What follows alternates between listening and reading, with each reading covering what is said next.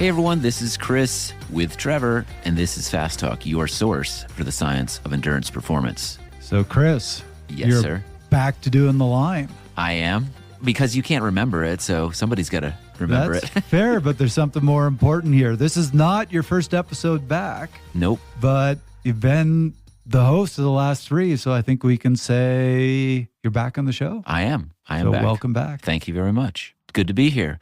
And I think this is a fitting one to return on. In the grand scope of Fast Talk as a podcast, we've loved these summary episodes.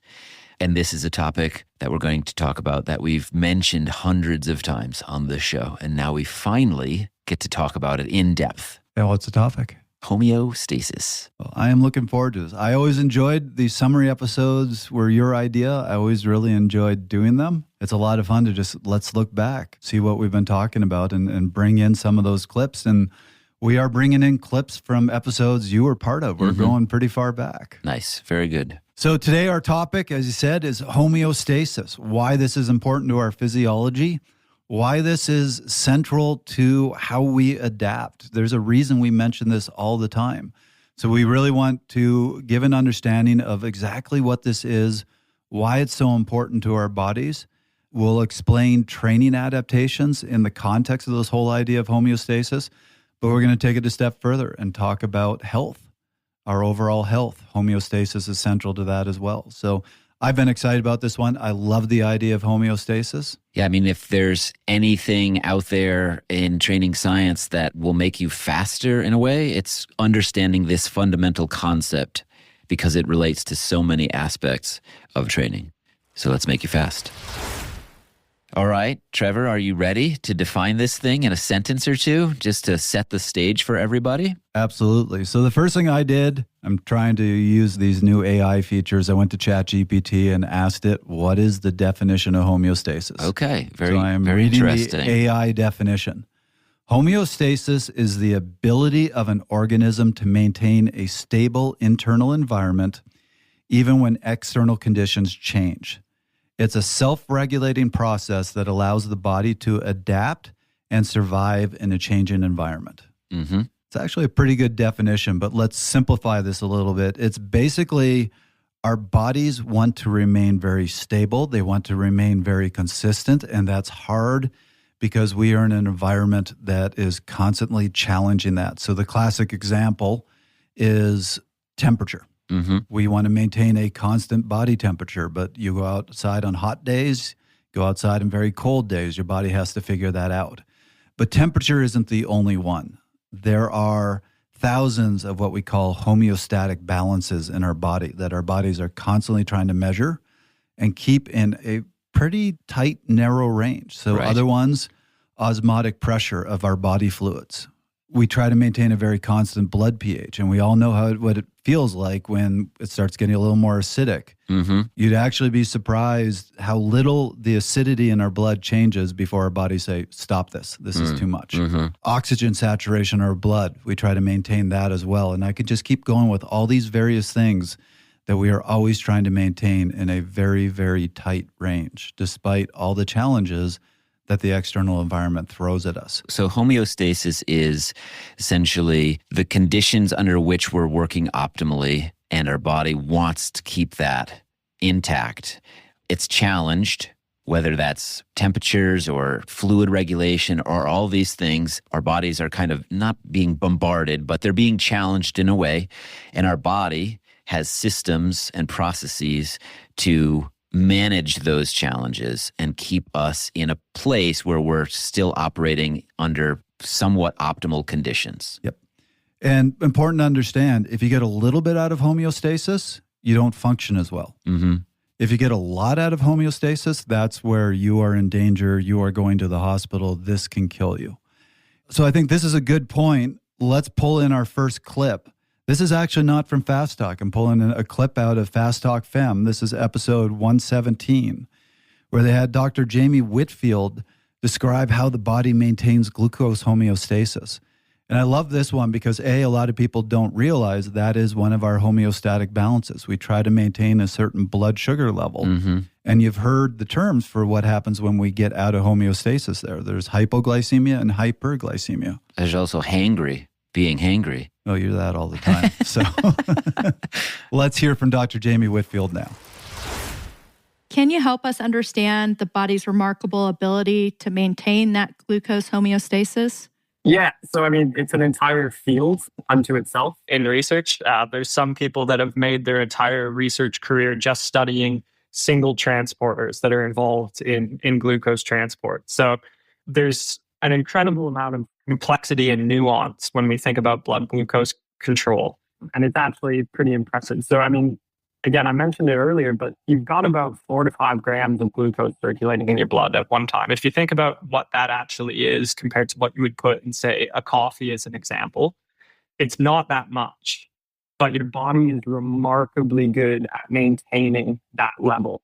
So, there's studies being shown that even cycling at a relatively low intensity for 4 to 5 hours, your blood glucose level doesn't significantly change into what would be sort of classically deemed hypoglycemia. So that sort of red zone, if you will.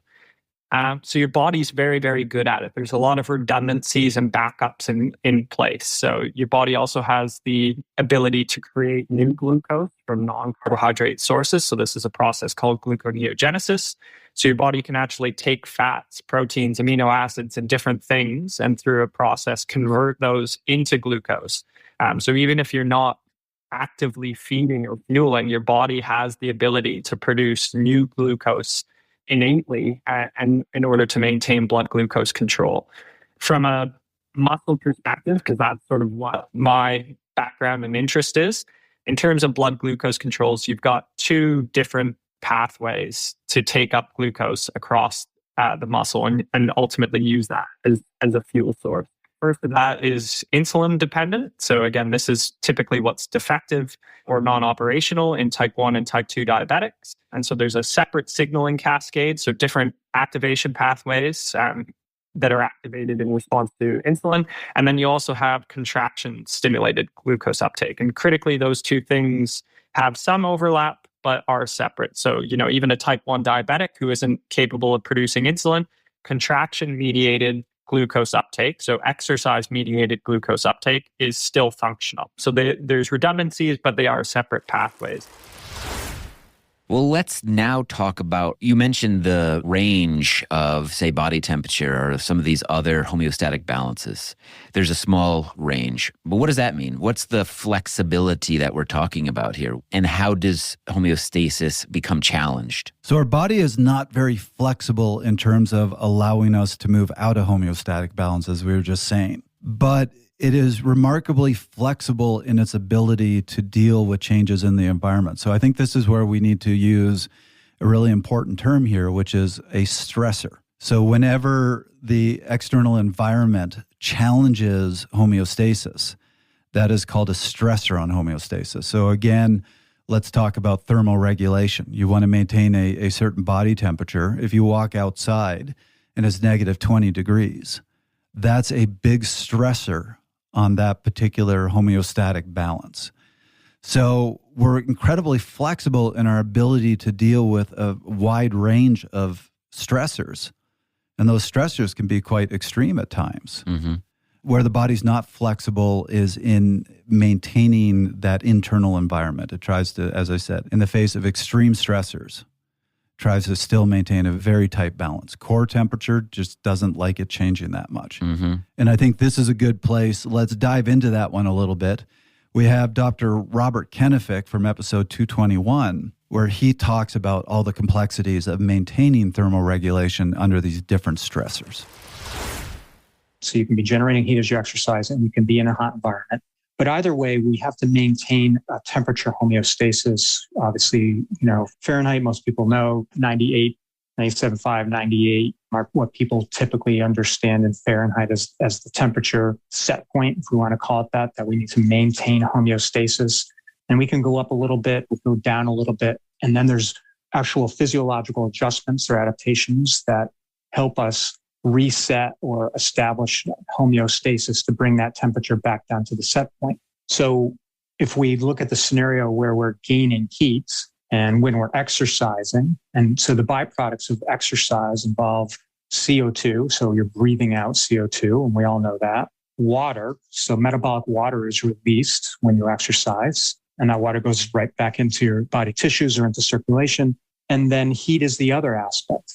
And so while you're exercising and generating this heat, that heat is causing heat gain. So you're gaining heat. Your core temperature is actually beginning to increase. And you can also be gaining heat from the environment. So your skin temperature will be rising. And these two inputs go into your brain, to your hypothalamus, and give signals that you need to thermoregulate. You need to get our body core temperature back to that homeostatic set point, 37°C, 97, 98 Fahrenheit. So there are particular adjustments, physiological adjustments that happen. First thing that's going to happen is you're going to need to take the heat and bring it to a place where it can thermoregulate, or you can dump that heat. So where you're looking at a scenario, let's say you're cycling or you're running and you're generating that heat from those muscles that are doing that activity, that heat has to go somewhere. And one of the main places it's going to go is into your blood volume. So a portion of your blood, as we know, is made up of water. Water is an incredible heat sink. That means that you can put a lot of heat into water. And everybody knows this because when you're boiling water, you're putting that heat into that water on the pan, causing that temperature to rise. And that's what's happening in your body. You're taking that heat from your exercising muscles, putting into the liquid portion of your blood. And now what we need to do is move that heat and bring it out to the periphery of your body. So you'll notice most people become flushed when they exercise. And that's because the blood vessels out at the periphery are beginning to open up. So we have what we call peripheral vasodilation. And lots of times you'll see people, especially in the upper extremity or on their face or their chest or their shoulders, will become very red. That's a reflection of this peripheral vasodilation. The next thing that's going to happen is you're going to sweat. So the sweat glands are going to be initiated, and fluid, and that fluid's coming out of your blood volume again, is going to go on the surface of your skin, and the heat from your skin is going to cause the evaporation of that sweat. And when the sweat evaporates, it carries heat away from it. So that is how human beings thermoregulate. And it seems like the simple answer is thermoregulation, but then when you explain it out loud, you can see there's a lot of complexities and there's a lot of adaptations and adjustments that can happen. And like with most things in physiology, you're doing one thing as an adaptation because you need to thermoregulate, but there are going to be some downstream consequences of thermoregulation. Okay, so we've defined homeostasis in a way. We've explained how it works in the body for some of these various balances that are taking place. What does it have to do with training, Trevor? This is why I love talking about homeostasis, and this is why it keeps coming up on the show. At the end of the day, all training that we do, the way to think of it is a stressor on homeostasis. So we just talked about some of the homeostatic balances that the body tries to maintain. Training actually stresses us. Training does stress core temperature. It stresses our glucose balance. It stresses a whole bunch of different homeostatic balances pH, in our body. everything. Yeah, a lot of things. When you are training, you are basically taking your body out of homeostasis. And all an adaptation is your body saying, I don't like getting out of homeostasis. You just threw something at me that took me too far out of that homeostatic balance. So I'm going to get back into homeostatic balance, but I'm also going to make changes to the body so that I can better handle this in the future. So that next time you throw this sort of stressor at me, I don't get out of homeostatic balance the way I just did. Right. That is when you are thinking about training, when you are thinking about adaptation, that is it at its core. So I think this is a good place to hear from Dr. Robert Kenefick again, because he gives actually a pretty good definition of how adaptation is all about homeostasis. The reason I like physiology is I like to think about adaptations. The simple fact that we adapt to training, adapt to environment, and we can adapt to pathologies as well. So we're always trying to maintain some kind of homeostasis, and the adaptations be part of that. And what is exciting, it's always been exciting for me when you do that for yourself. When you start tracking things over days and then a few weeks, even months, you can start to see these adaptations happening for yourself. And it's pretty exciting to see when you're looking at data, particularly when it's your own data, and seeing these physiological concepts that you've read about, maybe you've heard about in a podcast or talked about with friends or in a magazine, and then actually see it happen for you and you can explain it. And I've always found, at least for myself personally, that it's so cool to be able to see that And when I've been able to work with people and point that out, something they found exciting too, because when you talk about these ideas, acclimatization or these other types of adaptations like heart rate or even for sweating, they're very, very abstract. But when you are actually experiencing it for yourself, seeing it happen, it's really exciting. And then you own it. All right. So before we continue any further, we also have another really good clip of a friend of the show, Dr. Stephen Seiler, also kind of talking about adaptation being this stressor on homeostasis that your body responds to. But this clip takes it a little further. Let's hear from the master now. Whether it's a rat or a human or a horse. If we go way back to our beloved general adaptation syndrome, which is that was Homeostasis, the idea of the alarm stage, the resistance stage, and the exhaustion stage. In training, we're doing alarm and resistance, bouncing back and forth all the time, titrating those, trying to push, and the body, every kind of adaptation the body has, whether it's being able to handle alcohol better or being able to handle heat better or altitude or training, they all have the same stages. And what Homeostasis showed in his early rat studies, he started with 100 rats. He put them in a cold room. The stress they had to deal with was colder than they were used to, and it stressed them. But they adapted. So they first had this alarm stage, and then they had this resistance stage where their bodies they lived in the cold. But he would take different rats out at different times, and he was able to show that there was also, even the rats that got well adapted, if they kept being stressed long enough, they fell apart. Their bodies eventually failed them because of that chronic stress. So then they fell into this exhaustion stage. So, we have the capacity to deal with stress for a long time, but all organisms have a limitation on how long we can handle that repetitive stress. And then you can exhaust the athlete or the organism. And one of the best ways to do it is with a monotone stress load. So I guess, if I was going to ever try to make that connection between overreaching, overtraining, and training intensity distribution, all those things we tend to talk about, I think the common denominator is the ability of the athlete and the coach to create the appropriate variation, in that intensity profile. One question that comes to my mind, because we've spoken about this on the podcast so many times before, is this idea that there's training stress and there's life stress, and they all kind of fall into a bucket, and you have to balance these things, and you have to take into consideration life stress that you might be going through versus training stress, all that sort of stuff. We've really talked about how stressors in training challenge homeostasis, which leads to adaptations. What about the flip side of that? Well, what about life stress? How does that come into play when we're talking about homeostasis? So first, all of these things, when you're talking about a stressor, all of these things are a challenge to homeostasis. They are a challenge to some homeostatic balance in your body. And when you're talking about training stresses, you're usually stressing multiple, dozens of homeostatic balances. Where they're the same, they get you out of homeostasis. They can cause fatigue. They can cause your body to not function as well. And your body has to adjust to that. Mm-hmm. Your body has to then figure out how to get you back into balance, undo any damage that's been done. The difference when you're talking about life stresses versus training stresses is training stresses will produce adaptations that are going to make you fitter in whatever sport you're training for. Yeah. The life stresses, you might actually get adaptations out of those. You might become better at dealing, like if you're constantly taking exams, you'll notice eventually you get less stressed about the exam. So there's going to be adaptations there as well. They're just not adaptations that are going to make you better or fitter in your sport. Mm-hmm. Could be cognitive adaptations that will help you in some way, but I hear what you're saying. Right. Yeah.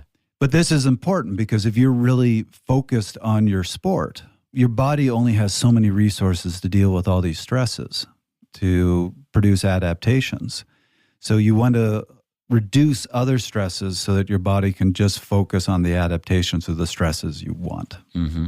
That's the way to think about it. Yeah. So I think one other clip that we want to throw in here, this was a very recent episode 339 with Dr. Brendan Egan.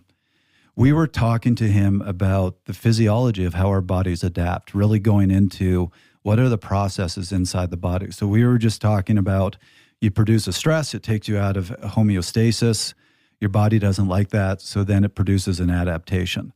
What I loved about this episode that we did with him, it's the how do you go from that you're out of homeostasis to now you have an adaptation. Complex thing. It is very complex, and I think it's worth throwing in this clip. Please, there's no exam at the end of this. You don't need to take notes. But this is Dr. Egan basically explaining how complex it is, how much is involved when you stress homeostasis to when you have an adaptation, all of what goes on in the body. So let's hear from him now.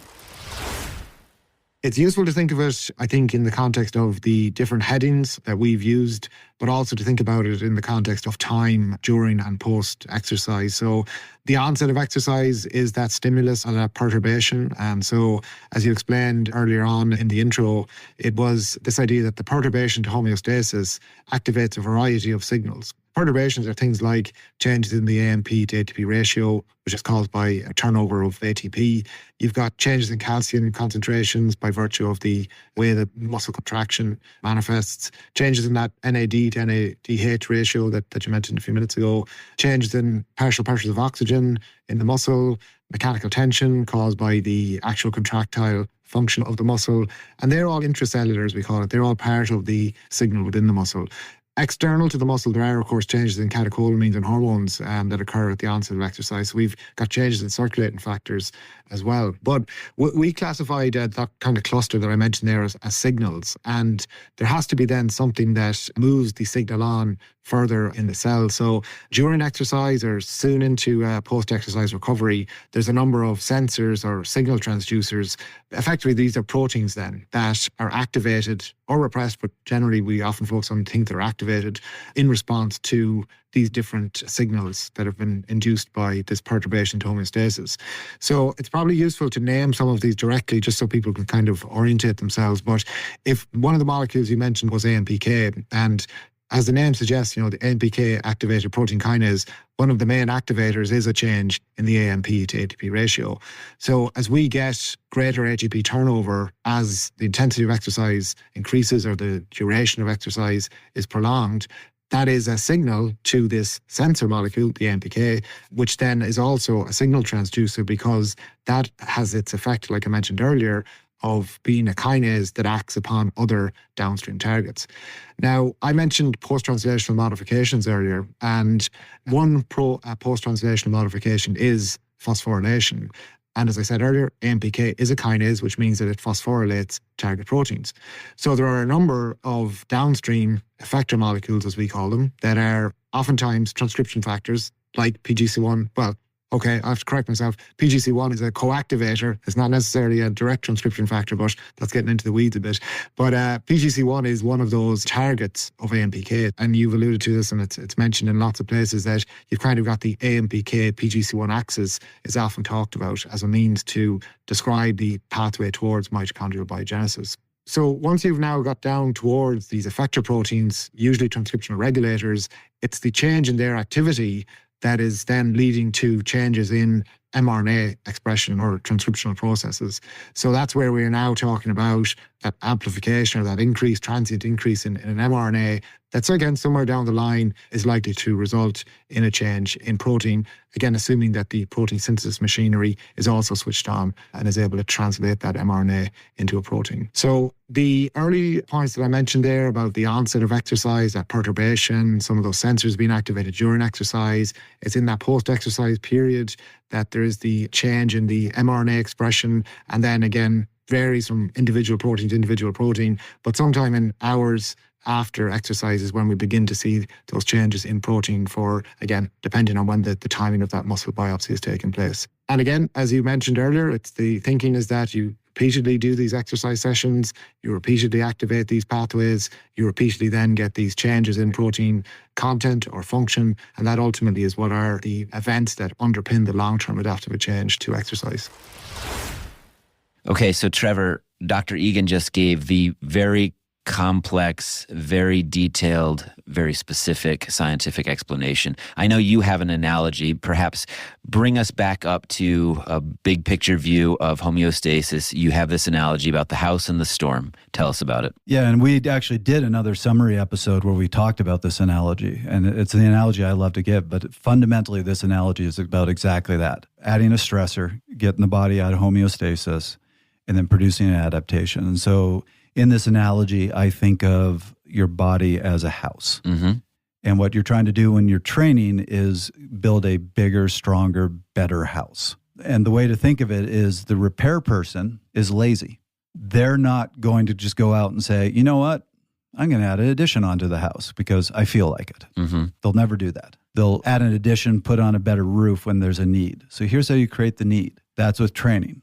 Training is not when you're doing the work on the house. Training in this analogy is a storm that comes in and damages the house. Mm-hmm. So that's the getting it out of homeostasis, getting your body out of balance where it's actually not functioning as well. So really important concept. When you're done training, when you've done a big training block, you're weaker at the end of it. Mm-hmm. But the idea is then the repair person comes out and looks at all the damage and goes, well, I don't like this. I'm lazy. I don't want to have to keep repairing damage like this.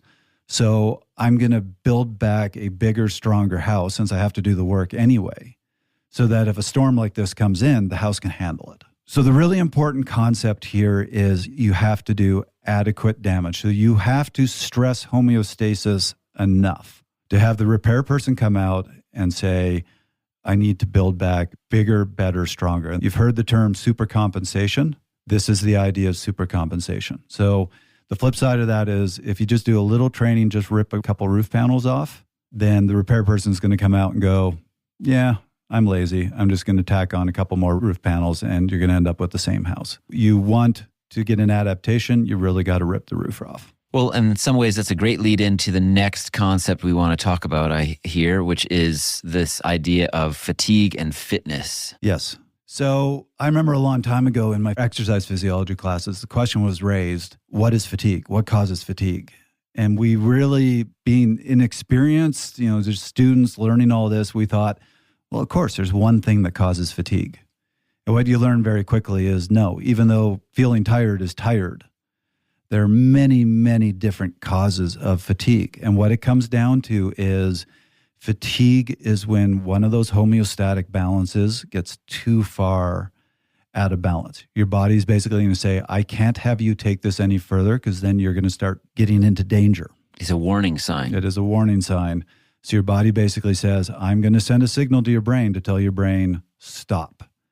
And we've seen this. So they've done studies on core temperature where they're measuring an athlete's core temperature. And you see at a very consistent core temperature, the athlete goes, I can't go anymore. Likewise, drop in pH. We've all had that feeling. You go and do a sprint, you feel that burn. The burn makes you stop. That's a drop in pH in your blood.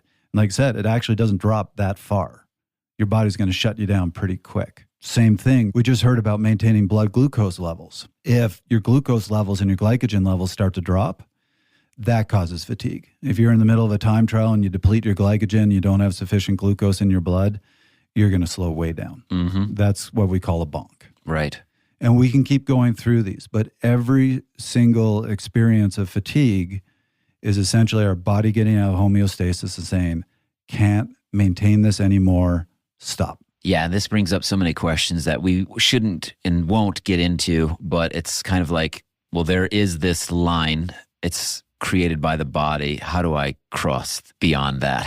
I can hear people out there thinking, ooh, it's an arbitrary point and I can go beyond it. And we have discussed this before on other episodes. We won't today. Yep. I just want to recognize that I understand that urge to be like, okay, so it's, yes, I can go beyond that.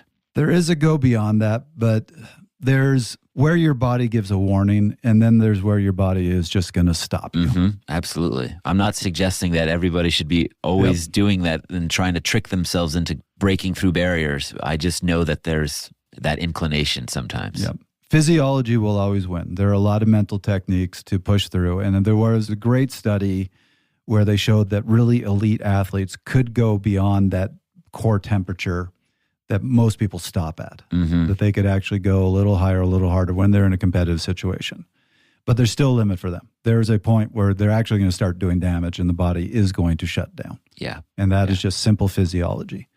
But, that leads to another great clip here, which is what you see in elite athletes is a incredible ability to maintain homeostasis. And so this is a clip from Dr. Inigo San Millan from episode 109, where he talks about their ability to maintain homeostasis with oxidative stress, something that will shut an amateur athlete down very quickly.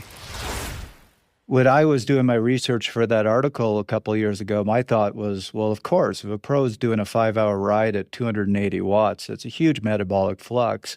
That's a powerful ride. It's going to take time to recover, where the amateur's riding at pretty low wattage, it's probably going to be easier. I almost feel like, based on our conversation, based on the research we talked about, it's almost, as you said, the pros have such an amazing ability to handle the ROS, to recover. It sounds like it's almost the opposite, that the pro can go out and do that 5-hour ride at 280 watts and do it the next day, where the amateur, even though they're riding at 190, 180 watts, might actually need more time to recover. Yeah, you're right. And this is another thing that I was also shocked when I was doing ROS. Back in the days, I would do before a maximal physiological test and after, as well as even in some stages. I do at the beginner stage and at the end. And I would assume, right, that at the end of the maximal physiological test and at the end of the stage, they would have much higher ROS in the blood, right? But actually they had about the same or even a little bit lower. So that was like, why in the world could be this? And it is very possible that also their antioxidant machinery, it overreacts, or because it's prepared and therefore neutralizes the excess of ROS and free radicals, right? So therefore, that's why they might be able to recover very well for the next day. Because this is another, again, as I mentioned earlier, this is another adjacent part of things of training, which is not about power output or about oxygen or about fat and carbohydrates. This is more about how do you deal with the byproducts, if you will, right? Or the ROS, the free radicals, and how do you improve the antioxidant capacity? Because we know too that the ROS, they are necessary to elicit stimulus at the cellular level, and they're absolutely necessary. And we know that from science. If you suppress ROS, you're not going to have right adaptation. There are a few papers showing that already. And this is what you need to train your body. And the body has to adapt to that stress and has to produce or enhance the antioxidant capacity. One of the things that I did back in the days, with for example, with Garmin, the advantage that we had, and this is like 2009, most of the team was living in Girona. So I had a coach there in Girona, living the whole time. And the riders, once a week, they would just go before training or on the way to training, they would just go to the headquarters of the team where the machine was there. And it's a few small drops of blood where you can see the free radicals. And we would never supplement with any antioxidant whatsoever. We would just look at the free radical count. And if the free radicals were normal, then we wouldn't supplement at all, right? When the free radicals were high, which usually was when the rider had been training more than what he could assimilate, or after like maybe a big race, that's where like, okay, we could supplement a little bit with antioxidants. But we really wanted, and up until this day, obviously, even in the Tour de France, we don't supplement riders with antioxidants, and we monitor for free radicals. When the free radicals, they just go up, okay, that's when we see that, okay, they have lost the adaptation to deal with this super physiological effort, which is the Tour de France, and therefore they produce a lot more free radicals or ROS than they can neutralize. So that's what I think it's indicated to supplement with antioxidants. So I do want to point out one really important thing from that clip from Dr. San Millan. He talked about oxidative stress. Well, that is another homeostatic balance, and it's literally called oxidative stress. It is a stressor, and we've shown that you need that stressor to adapt. But there's a double-edged sword here, that elite athletes are really good at keeping oxidative stress down. Mm-hmm. So they lose that stimulus for adaptation. And this is one of the biggest challenges that elite athletes face, is actually be able to stress homeostasis enough. Mm. I think we've kind of skirted around this concept that by naming it, we haven't named it. Homeostasis is being challenged. It leads to fatigue. Yet, as we build an ability to maintain homeostasis at a higher level, we've become more fit. Correct? Absolutely. To the point that I would say, if you ask me for a definition of what is fitness, in my old days when I was doing my first exercise physiology classes, I thought it was, well, it's a higher VO2 max, or it's this, or it's stronger muscles. What I would actually say is fitness is your ability to maintain homeostasis at a higher level. And so let me explain what I mean by that. Sure. You can have an amateur and a pro on bikes both going at the same intensity, same wattage. But what you'll see is the pro is maintaining all their homeostatic balances. Where you're going to see in that amateur, core temperature is going up quickly. A lot of lactate and hydrogen ions are being released in the blood. So their lactate is getting out of balance. They're starting to get more acidic. That's getting out of balance. They're having problems getting fuel to the working muscles. So their glucose balance is going down, or availability is going down. What you're seeing is very quickly, they are losing homeostatic balance. And so the pro, at that particular intensity, might be able to go hours. The amateur, they're out of homeostatic balance and gone into fatigue within minutes to very minutes. Short periods of time. Sometimes it's minutes. Yes, right. And I think, just to make that point, here's from the same episode with Dr. Sam Milan, here's him saying exactly the same thing. The elite athlete is extremely good at oxidizing carbohydrates and even fatty acids at these intensities. Whereas the amateur athlete at those intensities of 300 watts, they're not oxidizing fat at all. And everything is glycolytic, and therefore they produce a lot of lactate. So for those people that the same metabolic state, it would be more at 180 watts, for example, as we keep referring to the 180 watts, for example, right? That's where they would be at the same metabolic level. But if you want to go from 180 watts to 300 watts, you're going to have to mobilize a lot more energy, or you're going to have to produce, to oxidize a lot more pyruvate for energy, and you're going to produce a lot more lactate. But you need to oxidize that lactate. And this is the capacity, and everything happens in the mitochondria. And this is why these elite athletes have an amazing mitochondrial function, which can oxidize the pyruvate, and they can oxidize also the fatty acids, and also they produce largest amount of lactate as a result of pyruvate oxidation. But they oxidize lactate very well within the mitochondria, mainly, as well as in adjacent mitochondria, and also as low-twitch muscle fibers. So there's one more concept here that relates to the idea of fatigue and homeostasis that I think we need to define with these terms, and that is overtraining, which is essentially being in a fatigued state for such a long time that there's radical changes that are taking place in the body. Right. So fatigue is when your body gets out of homeostatic balance, but it's acute. And if you stop training and go and rest for a little bit, you're going to get back into homeostatic balance. I couldn't find it, but I remember reading, it was either in a textbook or a study, where they literally defined overtraining as getting out of homeostatic balance and not be able to get back into balance after a rest period. Yes. So overtraining is when you are keeping yourself out of balance for an extended period of time where, as you said, at some point your body just can't function as well. So let's go back to Dr. Seiler here. This is from episode 127, where he gives a very similar definition of overtraining. To be honest, when I was kind of trying to find my legs as a sports scientist and decide what I wanted to do, that's when this overtraining research was really at its peak. I said, well, I don't really want to study how you do it wrong. I would kind of like to figure out how to do it right. If this is the wrong thing to do, then what's the right thing to do? What's correct training look like? And that was really, in a way, my motivation for kind of going down that pathway that I have, which has been more on these issues of trying to optimize the training process and all this intensity distribution and so forth. But what's interesting about it is it ends up going full circle, because after 20 years of doing this, when I look at trying to understand correct training, it is about that fine-tuned balance between signal and stress, which, years ago, that's what overtraining, the literature was talking about, is overtraining is fundamentally a failure to get the balance between training and recovery, or training and stress, or signal and stress.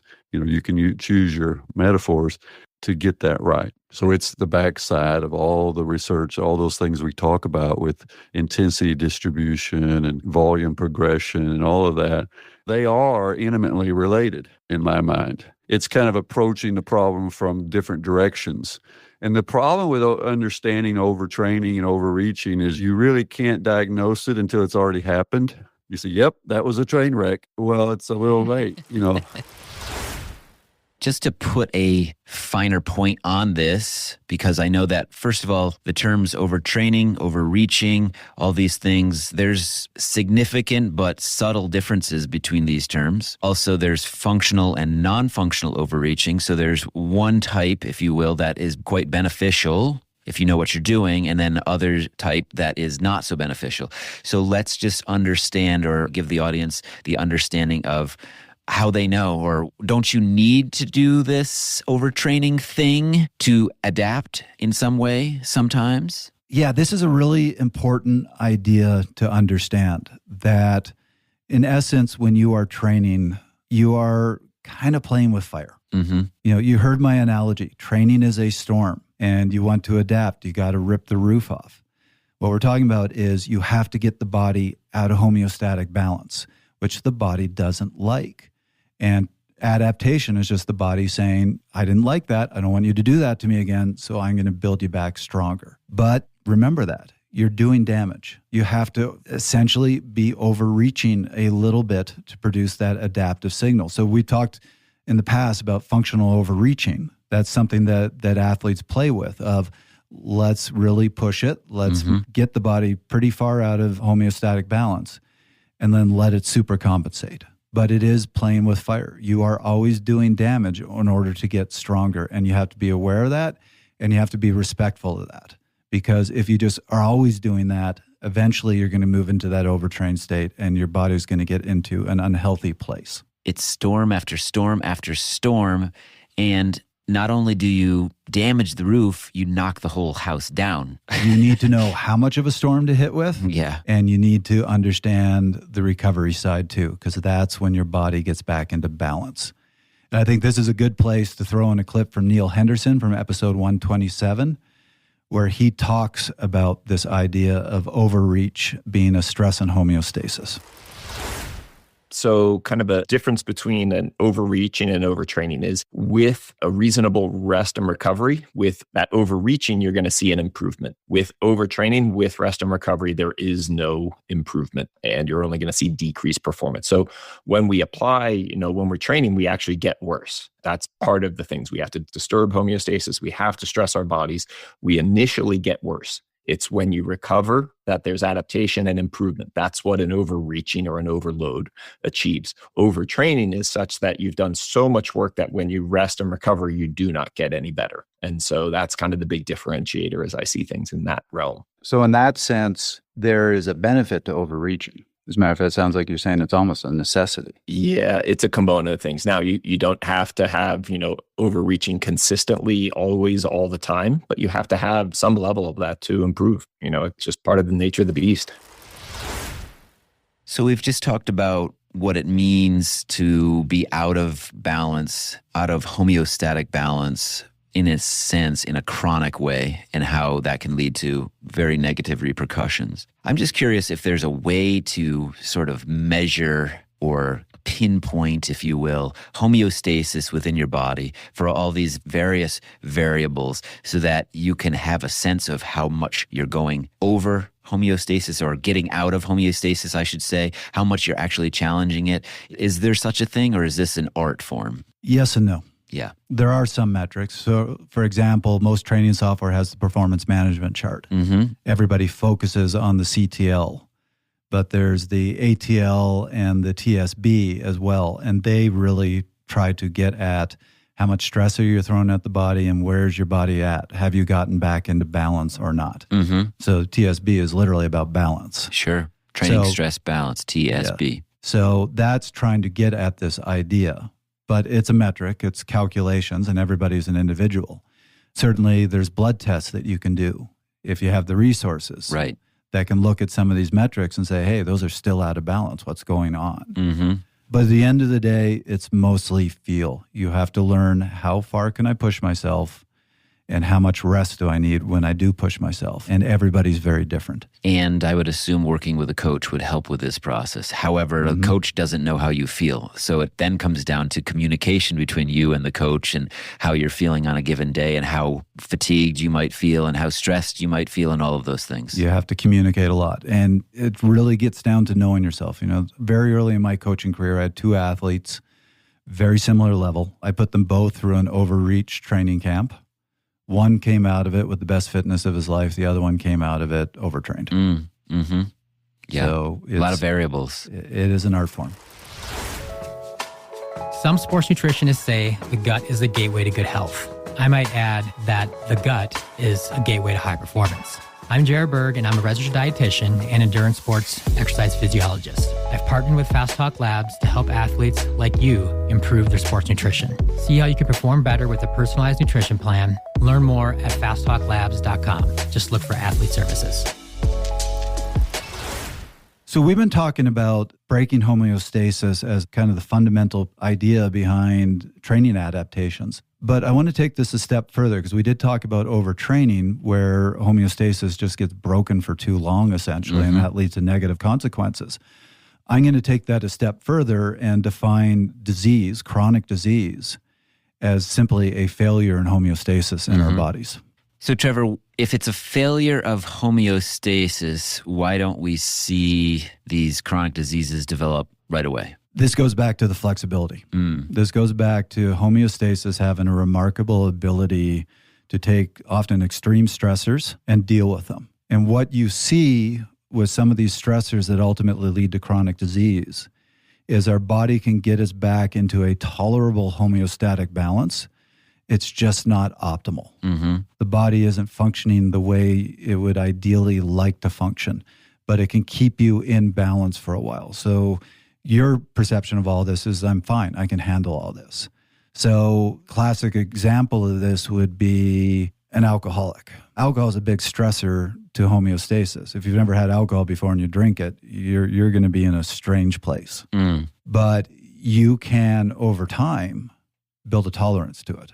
And once you've built that tolerance, that's homeostasis, basically saying, I'm learning how to deal with this stressor. And so you can say, well, I have no problems. I can drink alcohol. Look, That's an adaptation, I handle it just fine.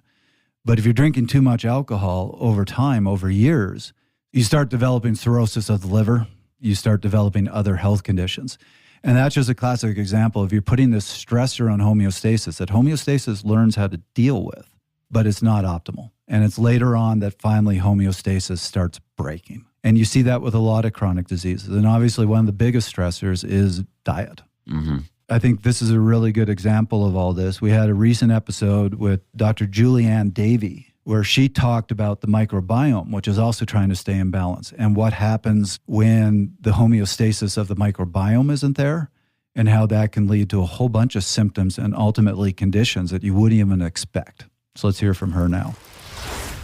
So you probably have heard that our gut is kind of connected to everything, every system in the body, every organ. And you've also probably heard the statement that all disease begins in the gut. And so that's kind of through research over the years, that's kind of really what we're finding out, that everything sort of at a foundational level or at a root level kind of comes back to the gut. So it is really important to look at the gut microbiome to kind of understand what's going on underneath the surface. And that can really give us a lot of answers. But this microbiome, as we were mentioning, is, again, composed of trillions of organisms. These are things like bacteria, viruses, fungi, parasites. And it's extremely important to have a diverse mix, so to speak, of organisms in the gut. That leads to health and wellness. And when we don't have a good balance, that leads to something that's often referred to as dysbiosis. And that can lead to a host of chronic conditions.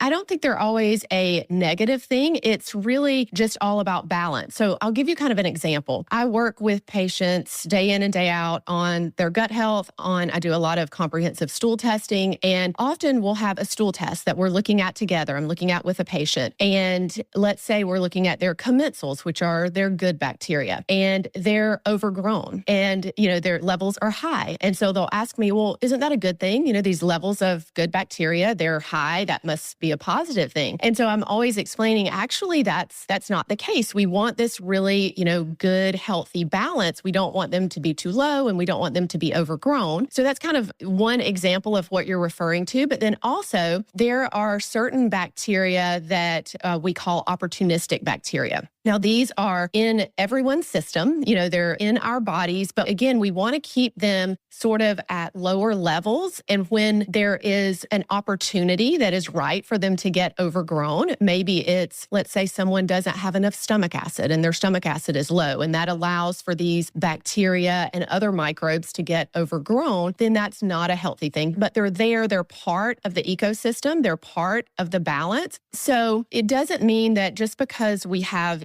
some that would be considered pathogenic, that is normal and healthy. That's not a bad thing, as long as they stay in the right balance.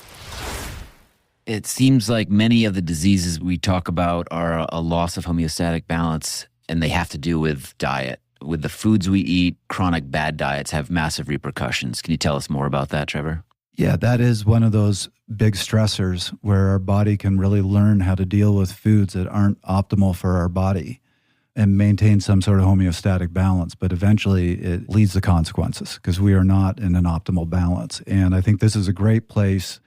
This is from episode 272 with Dr. Paul Larson, where he talked about the unhealthy athlete and really dives into that ultimately diet is going to have an impact on us. So let's hear from him now. This is a top 20 swimmer in the world that I'm working with right now, distance swimmer. So this is just how good you can get on crap, ultimately. I'll just read you some of the diet plan stuff that we're getting. So he wakes up in the morning, he has a carbo drink for breakfast. Don't know what that is, but then he goes and he does his training. He finishes his training with a protein bar and a pack of Doritos. Then for lunch, he has 500 grams of pasta with tomato sauce. Rob would like that one. For a snack, he has half a chocolate bar, then goes to a carbo drink for primer for his next training session, finishes that, has a protein bar, and for dinner, this is one of the days, he has KFC large, maxi popcorn, and a chicken combo, and then on to the next day. And again, it just repeats, right? And then we go, McDonald's, 24 nuggets and large fries. And it's a complete... This is how a top 20 swimmer in the world is actually performing. And when I even bring up the topic of some of the stuff that we're speaking about today, there is very much an alarm that goes off in this individual's mind to even start to contemplate about eating whole, dense foods, because there's an addiction problem in here with this, what I've just said, right? That he needs that sort of dopamine hit constantly around his training. That's how he exists. So this can be a very, very tough ask for me and the dietitian that are working with him. No, agreed. And that, I think, is a good transition to, you wrote a paper that I quite enjoyed that was just titled Athletes Fit But Unhealthy, raising this fact that, we think of top performing athletes, they're such healthy people, but if they're not eating well, are they truly healthy? And no, they're not. You can only imagine, right? I won't say too much more, but it's like he's obviously been doing this for a long time. The processes in his body are not optimal. He's not going to be recovering well. And this, will come back to get him. But it's just amazing that you can be completely very unhealthy on the inside, but looking like, the athletes that, we look up to and we idolize, and bronzed and muscular and all that sort of stuff. But there can still be some, a lot of various high inflammatory processes that are going on inside the body that aren't optimal. It's amazing what the body can do. It's all stress at the end of the day, but the diet that I just listed off is a very stressful diet. That exercise and the training that's getting done, that's stress, but the diet is adding stress, and it's not doing a good job in the recovery sort of phase to heal and rebuild. It's just, it's not an optimal process. Yeah, and so to discuss the difference, performance and kind of being an athlete, right? That's the ability to do a specific task and to do it well, to run a mile as fast as you possibly can.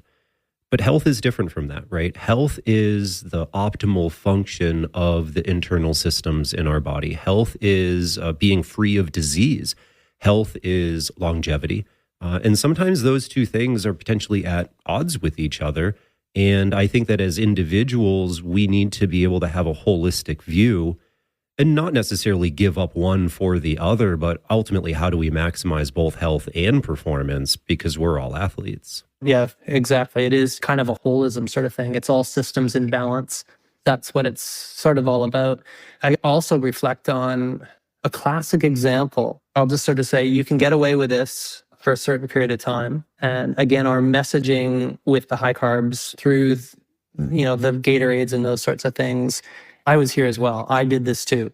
Not that bad, but there was elements of my diet in my early 20s as an Ironman triathlete doing the same sort of stuff. And my belief was that I could kind of get away with that. What winds up happening, and again, I know this intuitively from my own health, and I know this also, we can look at the PRINS data as well, but over time, even the athletes, you can't outrun a bad diet. You start to develop these chronically high levels of blood glucose, so much so that in the PRINS data, there's 30%, 3 out of the 10 athletes were pre-diabetic in terms of their blood glucose levels. So they're sitting at, I think it was, around 115, 120 grams per deciliter in terms of the blood glucose levels. So they're sitting elevated high like that. So it's not, the exercise is no longer holding. You guys in the Asperger's You Can Droop podcast, you guys spoke about how exercise can control a little bit of that because of the insulin independent marker or ways of actually getting sugar into the cells. But over time, you will start to develop this hyperglycemia, and then you get a hyperinsulinemia and a various different cascade of health implications. So over time, it will kind of catch up with you. So we have been talking a lot lately on the show about the impact of simple sugars on our diet. They are performance enhancing, but you can have a lot of negative impacts because, again, sugar, our bodies are not designed to handle a large amount of sugar. It does affect our homeostatic balance, particularly if you're consuming it off the bike. So let's hear now from Dr. Asker Eukendrup, who does address a bit of this, that there is such a thing as consuming too much sugar, in even his opinion. This is a really important point. I think if you go through all those studies, the vast majority, like I would say almost all of them, are using sort of excessive sugar intake. And depends maybe a little bit on what you call excessive, but it's usually in those studies, there are very few of those studies where subjects were in energy balance or people were in energy balance, or it's the epidemiology studies where just over time people are tracked, but they're also gaining weight. If you filtered on energy balance studies, you may get slightly different results. But I think the overall point, I think here is really important, is overwhelming evidence that if you consume too much sugar, it's going to have all sorts of negative effects. And whether that is a direct effect of the sugar or it's an effect of the increased energy balance and then maybe increased weight, which then has all sorts of negative effects. From a public health point of view, it's almost not important. It's like you're consuming too much sugar, so you need to reduce it. But that evidence is pretty strong. All right, let's talk about sort of the flip side of this. If we never stress ourselves, if we were never stressing homeostasis or never challenging it, is that also going to lead to negative consequences, bad outcomes? Yeah. I talked before about understanding you're playing a little bit with fire when you are trying to take the body out of homeostasis. But I do think I also need to pull that back a little bit and say that homeostasis in our body is designed to handle stresses. And it's actually not good for our health if we have no stresses on homeostasis either. There is a theory in the medical world called the hygiene hypothesis. That's one of the potential explanations for autoimmune disease. I actually don't personally agree with that, but it's a really interesting hypothesis that says that our immune system is used to a certain amount of stress on it. And when we are too hygienic, when we are not stressing the immune system, the immune system stops functioning as well, and that can actually also lead to disease states. And I think there is some truth to that idea that if we are not stressing homeostasis, which basically means if we're just sitting on the couch and watching TV and never challenging ourselves, right, that also actually leads to poor health. There is an optimal point, and I think this is really where I want to finish things up, of health and performance are both about this balance in stressing homeostasis, letting it repair and adapt. That's the recovery side. But if you want to be healthy, if you want to be fit, you need to actually be stressing homeostasis. And the art is finding how much do I stress it, how frequently do I stress it, and how often do I leave it alone to allow it to hit that higher level, to adjust to what I just threw at it. That is really what health and performance comes down to. Mm-hmm.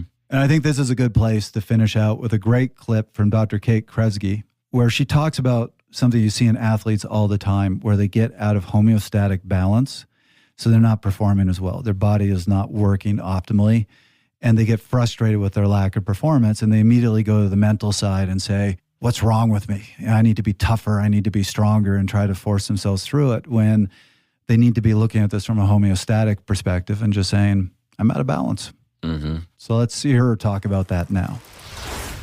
You know, if you're an endurance athlete and you've been able to have pretty good mental performance throughout most of your career and you're suffering right now, always look at your body. I see it again and again with you guys. You're a tough bunch. The temptation is to go to your psychology and is to go to your mental toughness and to go to your grit. And to sort of, there's almost this phenomenon where a lot of the athletes I see have been gaslighting themselves for a really long time. That this was like something about willpower or their mental tools that they just like weren't doing well enough. And what they missed was looking at their body and looking for a possible root cause contributor to their depression, fatigue, distractibility. And oftentimes when we find it and correct it, they pop right back up to where they normally were. And they lost a lot of time and spent a lot of time beating themselves up for something that was just physiological. And so I just want to urge you, like if you're in that camp, you haven't done the testing, you haven't seen a provider who can help you just assess your whole body health and find any root causes, please do that as a first step. And I think you'll be really pleasantly surprised at what you find and how you feel when you correct what you find. Well, Chris, nice to do an episode with you again. Welcome back. Same. Thank you. Good to talk about a big subject, bring in a lot of clips from a lot of great experts from around the world, from the archives of Fast Talk all the way back to, well, not double digits. I don't think we hit any in the double digits, but a good swath of the library we touched upon today. So it's very nice to be back. Thank you. And with that, we do have a question for the forum. I was trying to think of a good one. My question to all of you, I have basically just said homeostasis is the fundamental principle of our physiology, of our health, of our ability to adapt and perform. Please share with us your thoughts. Do you agree? Do you disagree? What are some examples that you have one way or the other? So go to our forums and please answer that question. That was another episode of Fast Talk. The thoughts and opinions expressed in Fast Talk are those of the individual. Subscribe to Fast Talk wherever you prefer to find your favorite podcast. Be sure to leave us a rating and a review. As always, we love your feedback. Tweet us at Fast Talk Labs. Join the conversation at forums.fasttalklabs.com or learn from our experts at fasttalklabs.com. For Dr. Jamie Whitfield, Dr. Kate Kresge, Dr. Stephen Seiler, Dr. Robert Kennefic, Dr. Brendan Egan, Dr. Inigo San Milan, Neil Henderson, Dr. Julie Ann Davey, Dr. Paul Larson, Dr. Asker Eukendrup, and Chris Case, I'm Trevor Connor. Thanks for listening.